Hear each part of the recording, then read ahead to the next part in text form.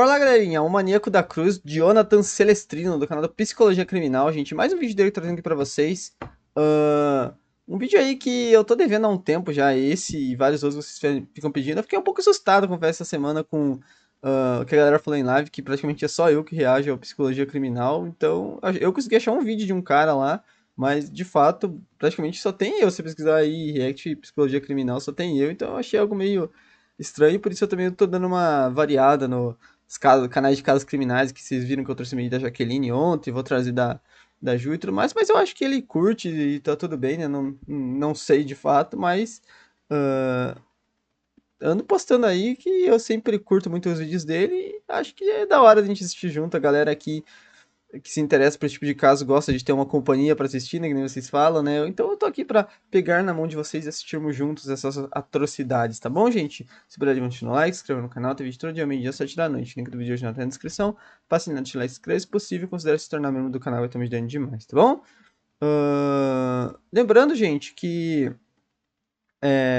esse vídeo tá saindo num horário absurdo aí. Eu falei no vídeo do Fala de Tudo, mas pra quem não viu aquele vídeo, hoje eu passei o dia inteiro tendo que fazer trabalhos braçais aqui debaixo do sol, gente. Então por isso que eu tô com o rosto bem vermelho, tô aqui com a nuca principalmente bem vermelha, porque pegou muito sol e tô com o olho meio avermelhado, né, agora que eu vi, mas estou em plena consciência aqui, não vou deixar o canal sem vídeos e tudo mais. Enfim, gente, é uma obra que tá tendo aqui em casa e que eu ajudei bastante hoje, então por isso que eu tô assim meio. Não estou muito bem esteticamente agradável, mas eu acho que pra quem tá procurando um react de casos criminais, não tá necessariamente ligando pra aparência, né? Pelo menos eu espero. Enfim, vambora, gente, se meter longas pra esse vídeo aqui. Lembrando que o link do server do Discord tem na descrição, se quiser participar lá. Tô sempre lá trocando uma ideia, não consegui aparecer nesse fim de semana muito, mas essa semana eu vou estar bem mais presente aí, falo conversando toda hora. Eu sempre tô por lá, pelo menos trocando mandando pelo menos uma ou duas mensagens no dia, eu mando. Esse fim de semana que realmente eu fiquei muito ocupado e peço desculpas por isso, tá bom? Lembrando que eu sempre falo em vídeo de casos criminais, é pra chegar lá pra fazer amizade, se divertir, não é pra ficar mandando vídeos e coisas horríveis de coisas feias que você vai tomar a catracada do Vani e suas comparsas, tá bom? Vambora, gente, pra esses vídeos sem muitas delongas. Lembrando que é um caso brasileiro, aparentemente, né? Pelo nome só pode ser. E que nome, né? Que foi criativo aqui no nome, né? Jonathan com D, Y e H, né, cara? Caramba. Enfim, vambora pra esse vídeo que eu acho que vai ser bem bizarro. Eu não conheço nada desse caso, falar pra vocês, sabiam? De fato, não conheço absolutamente nada desse caso. Vambora, sem muitas delongas. Bora. O aviso, como sempre. Entre os meses Ai, de julho e Rio outubro de Brilhante. 2008, três corpos foram encontrados em Rio Brilhante, no Mato Grosso do Sul. Com os braços abertos e os pés cruzados, aquelas pessoas foram encontradas posicionadas no formato da cruz. Aquelas Uou. cenas terríveis logo se espalharam pelo Brasil, confirmando o que todos já temiam. Hum, Existia um serial killer à solta, e ok. seu nome era Jonathan Celestrino. Caramba. Atribuindo para si o direito de julgar e executar outra pessoa, o criminoso criou uma espécie de interrogatório ao qual suas vítimas eram submetidas. Durante 4 meses, toda a região de Rio Brilhante foi sequestrada por um assassino que estava em busca de respostas e sangue. Ok. Uma introdução. Caraca, tá com os times stamps esse vídeo, né? Interessante. Uma introdução aqui bem. ah, ok, estranha, né? Jonathan Celestrino nasceu em 1992, no município 92, ok. de Rio Brilhante, Mato Grosso do Sul, no Brasil. Eu já estive no Mato Grosso do Sul, né? Sempre falo isso. De Sul, não, do Não há Sul. informações sobre o pai do garoto, e ao que tudo indica, esse homem nunca esteve presente em sua vida. Sua mãe, que era professora, cuidou do menino com a ajuda da tia, cujo nome também não foi revelado. Em algum momento durante a infância de Jonathan, sua mãe deu início a um relacionamento com outro homem, Ok. morando em uma residência bastante humilde no Hum. interior do Ah, mas é uma interior. Tem é uma casinha com vibe de interior, né? Eu gosto dessa vibe, que eu não sei vocês. Essas casinhas que tem no interior do Brasil, pra quem já foi, eu curto bastante, mano. Com árvore na frente e tal. Geralmente é um sol do caramba, né? Vou ser sincero com vocês. Pelo menos aqui no interior do Paraná é um sol do caramba quando você vai, né? Porque Curitiba fica na região que seria mais fria, mais amena do Paraná. E quando você vai pro interior, você tem um choque, assim, que é muito sol pra São Paulo, né? E só que tem isso que é gostoso, porque a galera fica sentada assim na frente de casa e tem essas árvores e tudo mais, é sempre bem, é um ambiente que eu curto bastante, acho bem gostoso, mano. Moraria pra caramba. Do Mato Grosso do Sul, Jonathan dividia a casa com sua mãe, seu padrasto e outros dois irmãos. Também não fica claro se esses irmãos seriam do mesmo pai ou não. De qualquer forma, não há É uma casinha humilde, mas uma casa ok, né, cara? Uma casa relatos, nem mesmo do próprio criminoso, é sobre uma casa, agressões né? ou humilhações sofridas em casa ou na escola. Né? O próprio criminoso sobre agressões ou humilhações sofridas em casa ou na escola. Desde muito cedo, Jonathan sentiu É, ok. A infância dele parece que eu achei que ia ser algo mais bizarro e tal, mas aparentemente não, né? Acho que realmente a mãe dele se separou do pai dele, e tudo mais.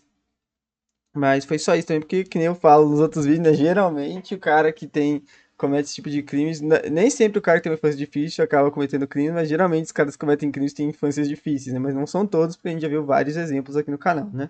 Enfim, vambora. se atraído pela morte e por tudo que a envolvia.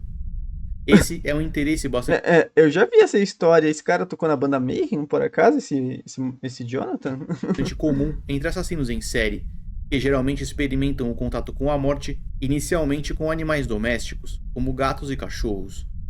A tortura, morte e exploração do corpo parece lhes trazer algum tipo de prazer, e muitas vezes acaba por se misturar ao prazer sexual.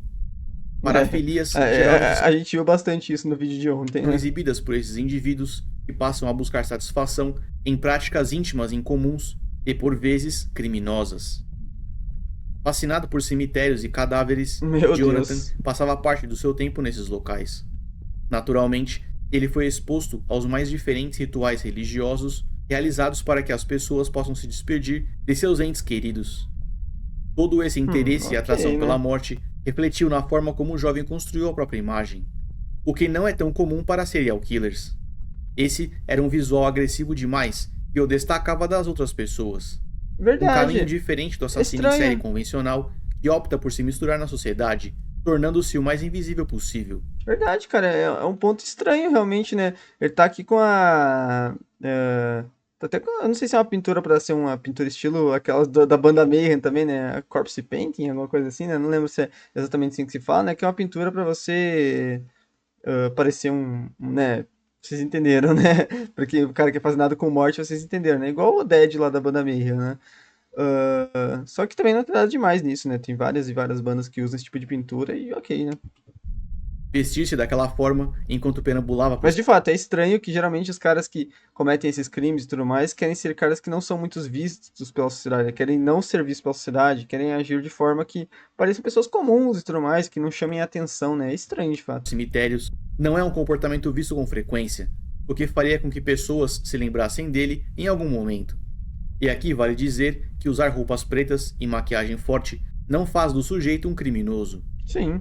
Muitos adultos Eu não, eu de fato não, que nem eu não vou mudar minha opinião por causa que o vídeo é sobre um serial killer aí, né, gente? É um estilo estética aí, emo, gótico, dark das trevas, que nem eu falei naquele vídeo, é um estilo respeitável e tudo mais, né? Que tem muita gente que usa e ok, né, mano? É um estilo ok, da hora, divertido, interessante. saudáveis que nunca cometeram crimes se vestem dessa forma Só que o problema é que muitas vezes esse tipo de crime e coisas que acontecem que acabam manchando, né, a imagem de quem usa esse tipo de roupa, esse tipo de estética pra fazer o bem, né? Que é uma pessoa que só se sente bem vestindo esse tipo de roupa, né? É complicado essa situação, né, mano? por identificação, que pode acontecer por influência de estilos musicais, crenças e diversos outros motivos diferentes. Exato. Entretanto, Jonathan não era um indivíduo comum. Foram suas ações que o transformaram em criminoso e nada mais. Sem muitos amigos, o jovem passava boa parte do seu tempo sozinho, fosse em casa ou no cemitério. Apresentando comportamento antissocial, ele não parece ter construído nenhuma conexão significativa com seus colegas de escola. Hum. Nessa época, Jonathan começou a Vai dizer que ele sofreu bullying no colégio também, né? É bizarro, isso é outra coisa que realmente se repete muito nesses crimes e tudo mais. O bullying é uma parada que mexe muito com a cabeça da pessoa, por isso que ele deve ser totalmente evitado, né? Mas aqui não falou ainda que ele sofre bullying, mas eu já tô pressupondo isso. alimentar pensamentos perigosos e muito perturbadores em sua cabeça.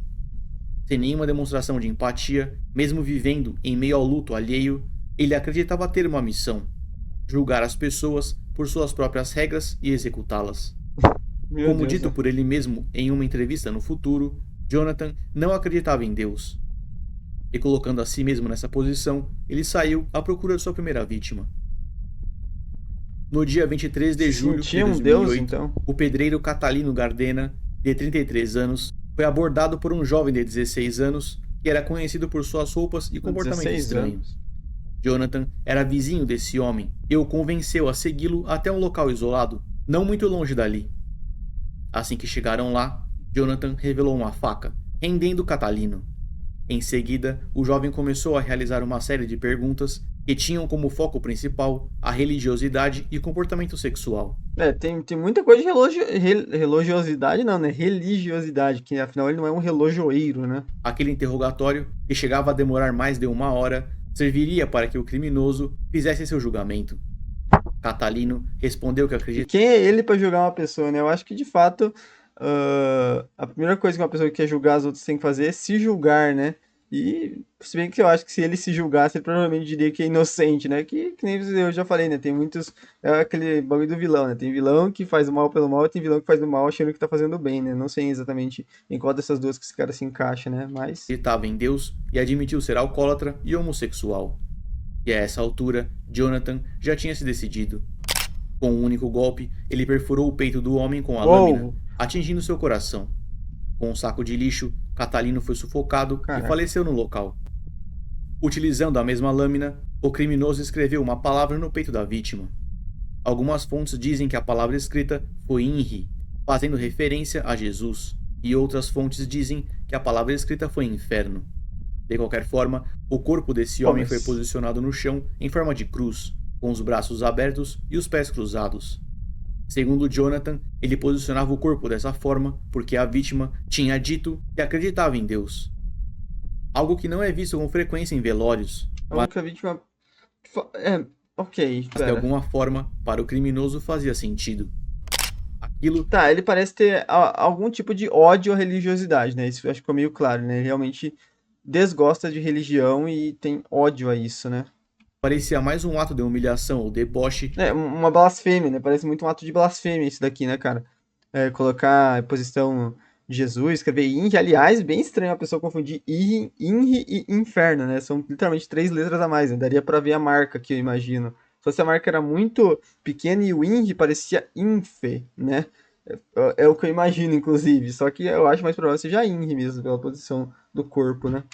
E pode soar diferente dependendo da palavra que de fato estava escrita na pele da vítima. O corpo de Catalino Gardena foi encontrado no dia seguinte em um terreno baldio, na rua Mohamed Ali, sem camisa e posicionado em forma de cruz. A Caraca, Rua Muhammad Ali, cara.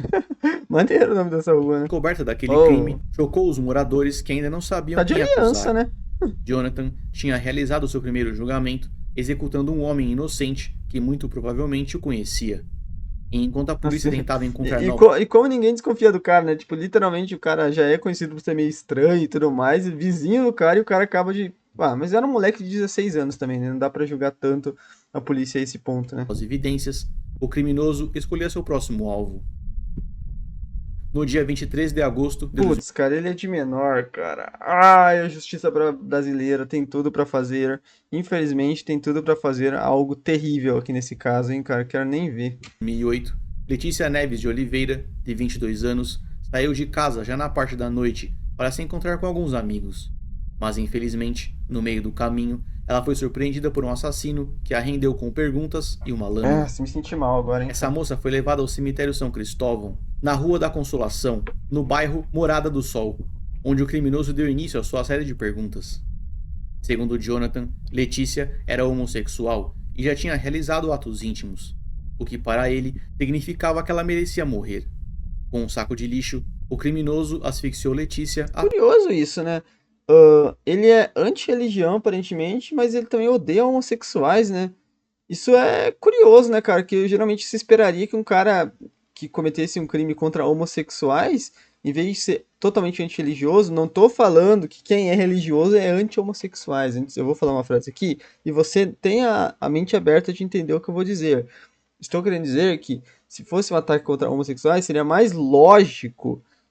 Também não estou dizendo que não é mais lógico, que seria entendível. Só estou dizendo que teria mais lógica o crime se ele fosse ultra religioso, que odeia homossexuais e tudo mais, né? Porque, querendo ou não, a homossexualidade é um pecado na Bíblia, né, gente? E o aborto, as outras coisas. Então, geralmente, quem tem ódio a, a religião é porque a religião cessa esse tipo de liberdade. Quer dizer, cessar não cessa, né? Porque você pode seguir a religião e ter essas práticas e tudo mais, depende da tua visão da parada. Mas, normalmente, as igrejas, essas coisas, não sei se condenam, mas acho que não é bem visto, pelo menos, né? Não, não sejam inocentes, né? Eu acho que quem tá aqui no vídeo, assistindo esse vídeo, é porque é bastante adultinho. Se você não é, você está no vídeo errado, né? Aliás, acabei de lançar um vídeo do Fala de Tudo.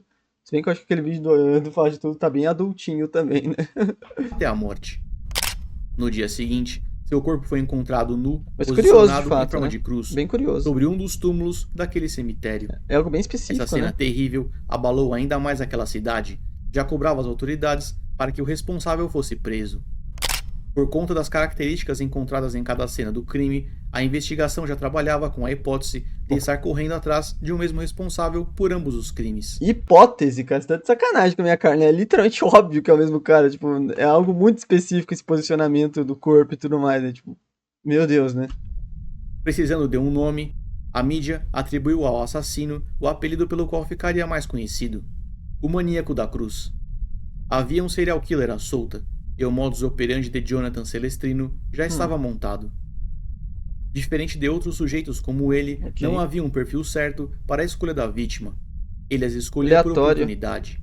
Enquanto o filtro de outros assassinos em série se baseia em características físicas, para Jonathan, esse filtro era feito por seu interrogatório, o que criava uma certa complexidade em seu modus operandi, uma vez que a vítima Mas geralmente esses caras, esses assassinos covardes, atacam mulheres e crianças, né, mano? Isso é algo que a gente já viu se repetir várias vezes, mas que não parece ser o caso dele, né? precisava ser rendida antes de passar pelo filtro. Levando essa pessoa para um local isolado, o serial killer realizava uma série de perguntas sobre o comportamento sexual e religiosidade, entre outras. Esses interrogatórios poderiam durar até 2 horas, enquanto a vítima era ameaçada com uma faca. Após receber suas respostas, Jonathan assassinava sua vítima via asfixia ou golpes de faca. Nossa. Em seguida, caso essa pessoa acreditasse Faca em de Deus, cozinha, ele daquelas de cortar carne, né, posicionava cara? seu corpo em forma de cruz e fugia do local. Assim como outros criminosos dessa natureza, ele levava consigo itens das vítimas para guardá-los como medalhas. Troféus, né? Uma prática comum entre serial killers que usam esses pertences como uma forma de reviver aqueles ataques. Ambos os homicídios aconteceram no dia Só que 23 muitas vezes isso é uma oportunidade pra polícia achar, né? Conseguir identificar quem cometeu os crimes, né? com os corpos sendo encontrados no dia 24. Isso gerou algum medo na população que acreditava que o assassino agiria somente nesses dias. Por conta Como? disso, nos meses seguintes, parte da população optou por não sair de casa nesses dias, e até parte do comércio local fechou mais cedo. Caraca, que A escolha bizarro. pela data, entretanto, foi mera coincidência. Como a população já estava aterrorizada, É, porque tem todo um lance aí de como a galera viu nesse posicionamento do corpo e tudo mais, fica todo um lance religioso e tudo mais, né? Acham que o cara, de fato, que não era o jeito, né? Era por oportunidade, achavam que o cara já tinha um lance meio místico e tudo mais, né? Do dia que ele ia querer fazer, né? Tipo assim, um lance específico, não, tenho que atacar tal dia porque, sei lá, é o dia certo para tal ritual, tal não sei o que, né? A galera, geralmente, a população geralmente acredita nessas coisas, né, gente? eles se agarraram a qualquer coisa que fosse capaz de trazer sensação de segurança, ainda que psicológica. Já para a outra parte da população, a vida seguiu normalmente. Na madrugada do dia 25 de setembro daquele mesmo ano, 2 adolescentes compareceram a um show que deveria comemorar o aniversário da cidade. Em certo Ok. momento, uma dessas jovens, Carla, de 17 anos, Foram comer o bolo da prefeitura, né? decidiu ir embora. Ela tentou ligar para sua mãe para pedir que a buscasse, mas seu celular estava sem crédito. Essa moça então seguiu para um orelhão e conversou com sua mãe, Opa, orelhão, esse daí, nossa senhora. Me dá até uma nostalgia, e hein? tentou pegar um táxi para buscar a filha, mas não teve sucesso. Enquanto essa mulher Também, isso aqui tá tentava acontecendo, ele tinha 16 anos, isso aqui tá acontecendo em 2008, né? conseguir que um vizinho fosse buscar a garota de carro, Carla encerrou a ligação pouco antes de ser abordada por Jonathan.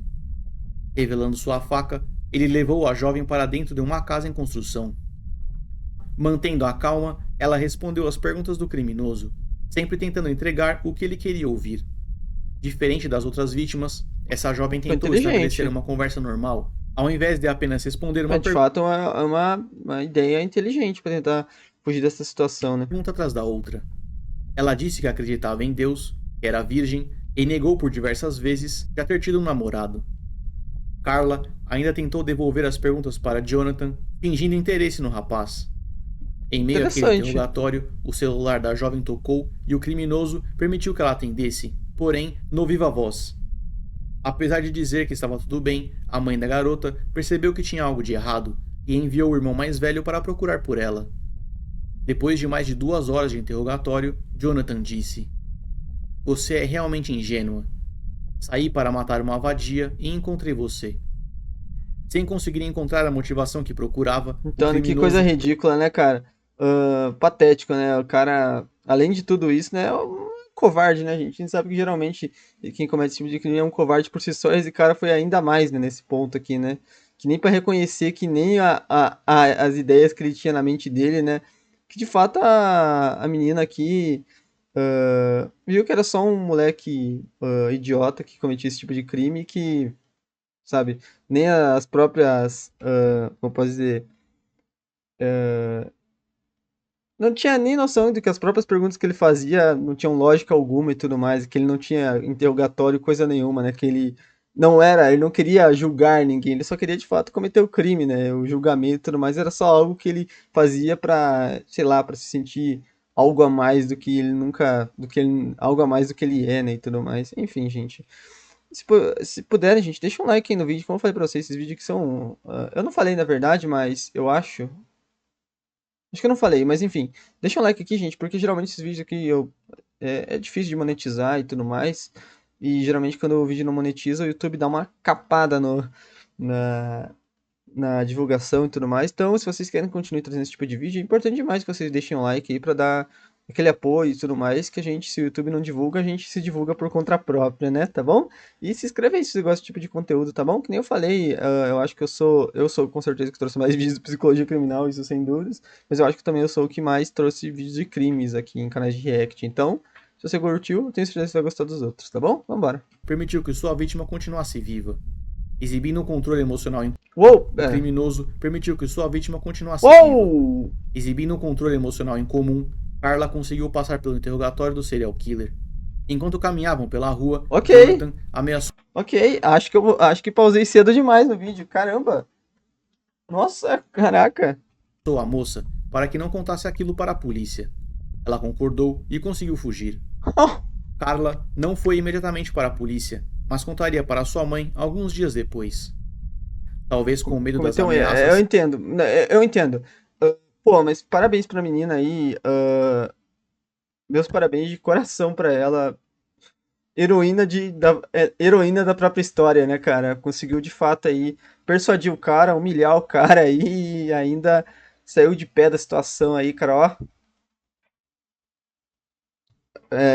Mission Passed plus respect aí pra você, porque olha, braba demais, hein? Enfim, o que eu ia falar era que. Outra coisa, mas eu me esqueci.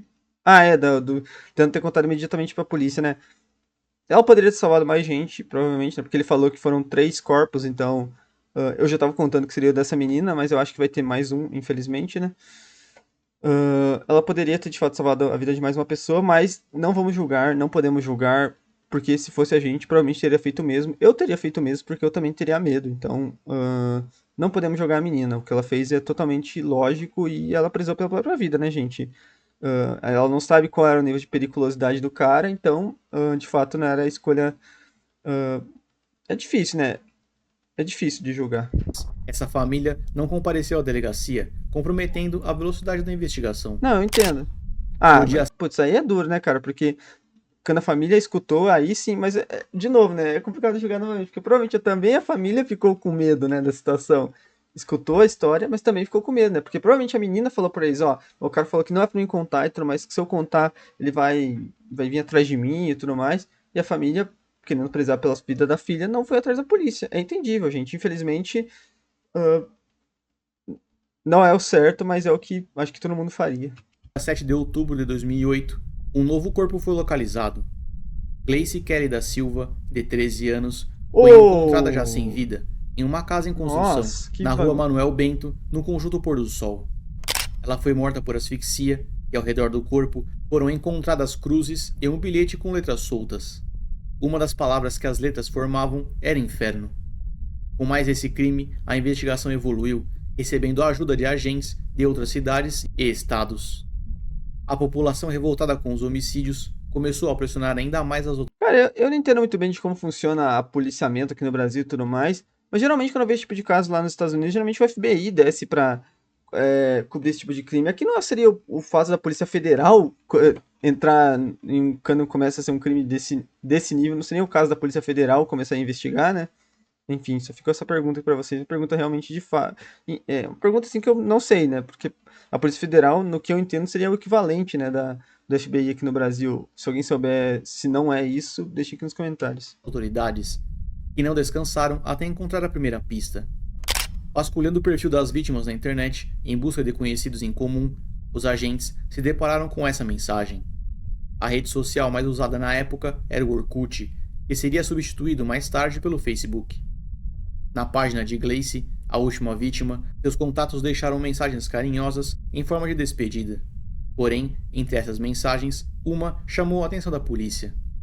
Uma conta cujo nome deveria ser Cachorro do Inferno 666 parecia enfurecido. E para fins de contexto, scraps seria o mesmo que mensagens. Essa publicação que carregava Scraps, meu Deus, cara, isso aqui. Bom, eu também, claro, a galera tá aqui prestando homenagem ao treinador, mas eu não tenho como passar sem falar isso, né, cara? Tô até chocado com H e Nossa Senhora, né? Muito 2008 essa mensagem mesmo, né? a Bizarro. palavra inferno no nome da conta pareceu suspeita e foi investigada.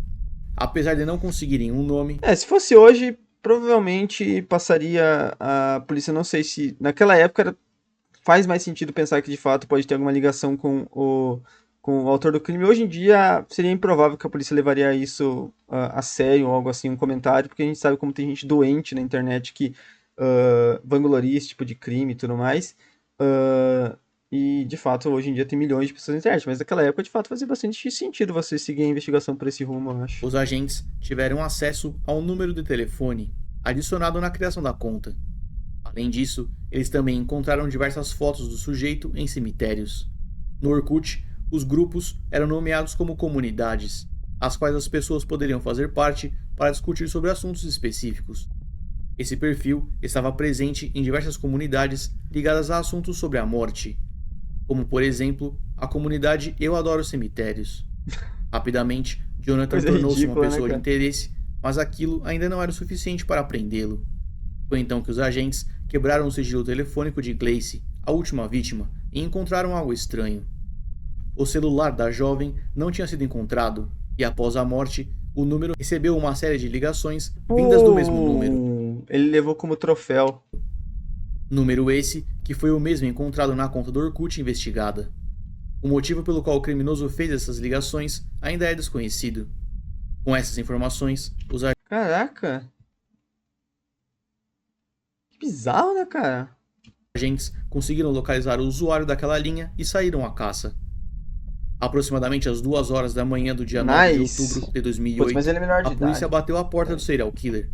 Dessa vez, seria ele Agora, quem agora, responderia ao agora eu tenho medo do que a nossa polícia, nossa polícia não, né? A polícia não tem culpa, o que a nossa justiça irá fazer isso.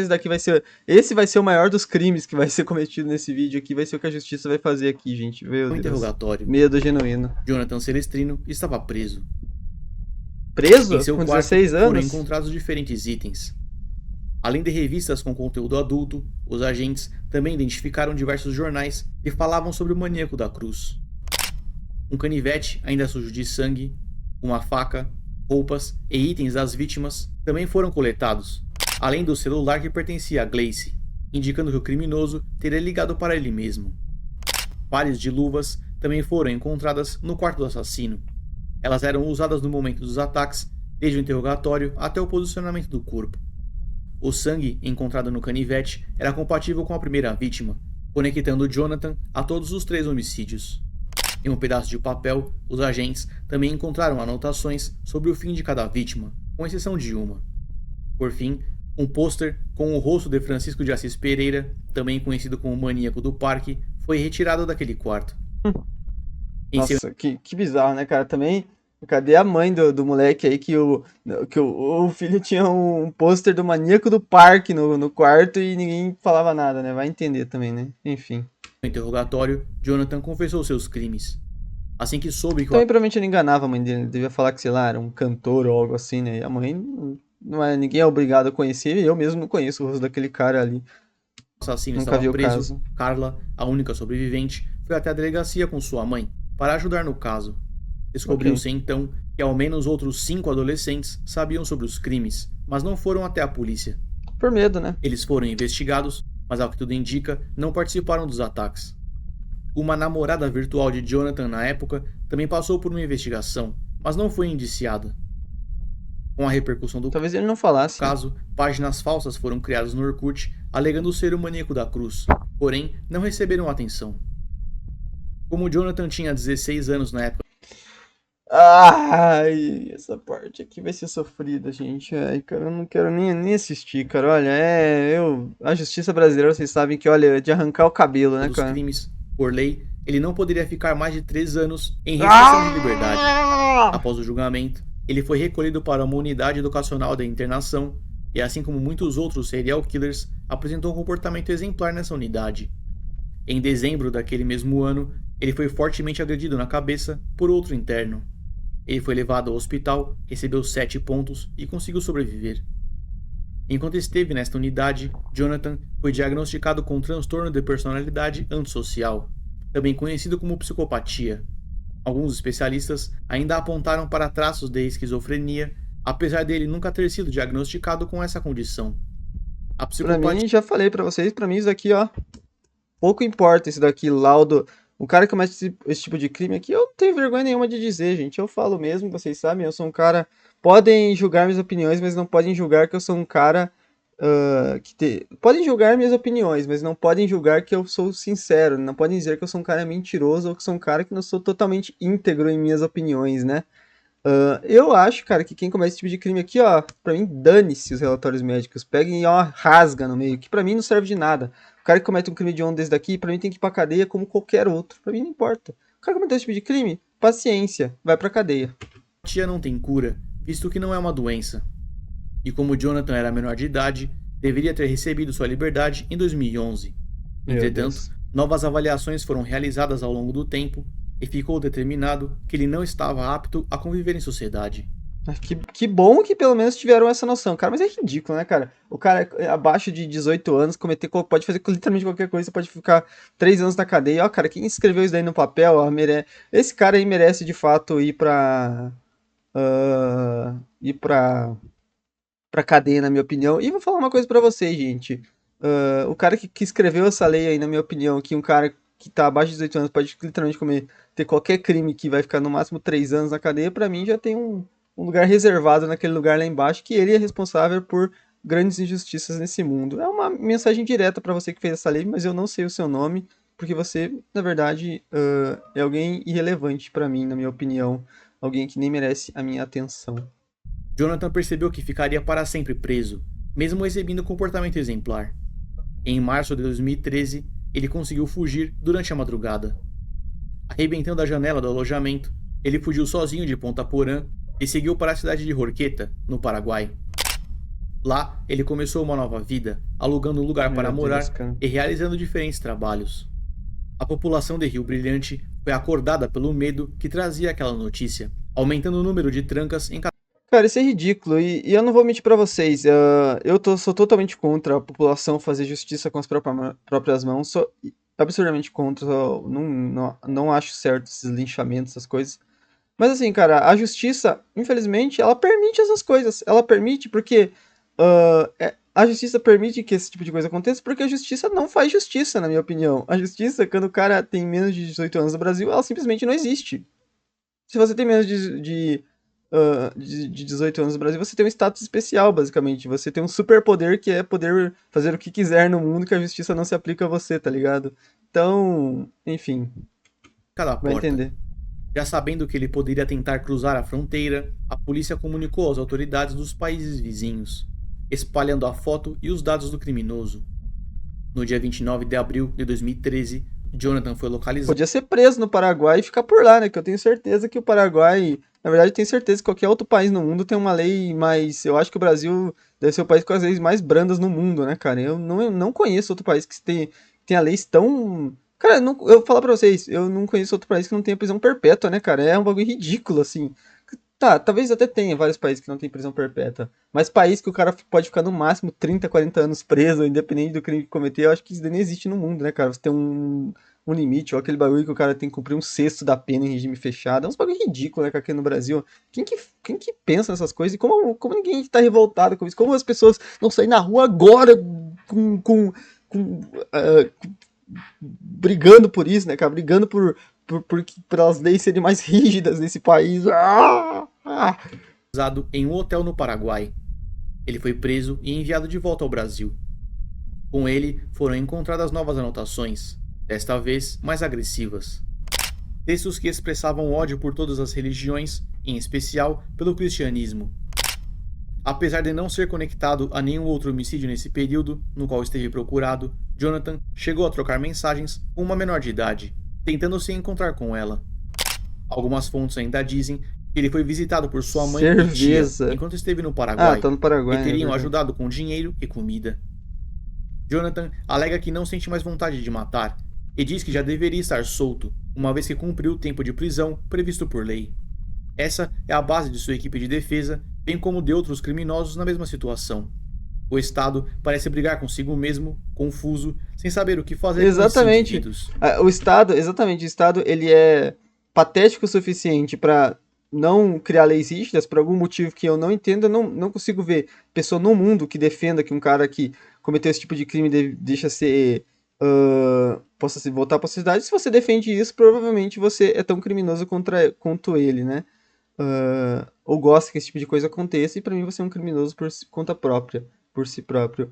E parece que o Estado simplesmente não tem vontade, por algum motivo, vai entender. E daí, quando esse tipo de crime acontece, o cara não pode ser liberado nunca, tem que ficar lá passando de médico, os caras têm que ficar fazendo desculpas para não soltarem o cara, porque ele de fato não pode ser solto, só que você não tem base judicial para isso, né? Cara, que país ridículo, né, mano? São sujeitos perigosos que apresentam risco à sociedade e necessitam de acompanhamento profissional permanente. O mesmo homem que diz que não sente vontade de matar Necessita acompanhamento médico. Ele precisa, ô psicologia, precisa de 2 barras de ferro e uma jaula bem estreita pra ele ficar lá dentro, cara, pelo resto da vida. É isso que esse cara precisa, psicologia criminal. escreveu aqueles textos pedindo morte aos cristãos. Longe do monitoramento de profissionais especializados, provavelmente era questão de tempo até que ele retomasse seus interrogatórios. Em 2014, agora em uma unidade prisional, Jonathan deu início a um curso de gestão ambiental, realizado de maneira online. No dia 21 de setembro de 2015, ele foi encontrado nu durante um suposto surto após agredir um agente na cabeça com uma vassoura. Em 30 de setembro, ele foi imobilizado e amordaçado por apresentar comportamento estranho e perigoso. Nessa mesma época, ele também fez greve de fome e se negou a tomar os remédios necessários. Por conta disso, teve de ser levado ao hospital. Em agosto de 2016, após o banho de sol, Jonathan fez oposição para retornar à sua cela. Armado com um garfo, ele desafiou o agente, dizendo que não voltaria para lá. Ele foi controlado por 3 policiais e desarmado. O maníaco da cruz, como ficou conhecido, causou uma série de problemas. E assim, gente, porque quem recebe tratamento psicológico na cadeia ou coisa assim, é porque se tem a esperança de que um dia esse cara possa ser reintegrado à sociedade. E esse cara, na minha opinião, ele não tem, assim, possibilidade nenhuma de ser reintegrado à sociedade. Se o cara que sai foge por si só já foge do lugar, e quando foge já começa a trocar mensagem com uma menor de idade, pra mim, esse cara já se prova por si só que esse cara não tem condições alguma de voltar em qualquer momento da vida pra fora da.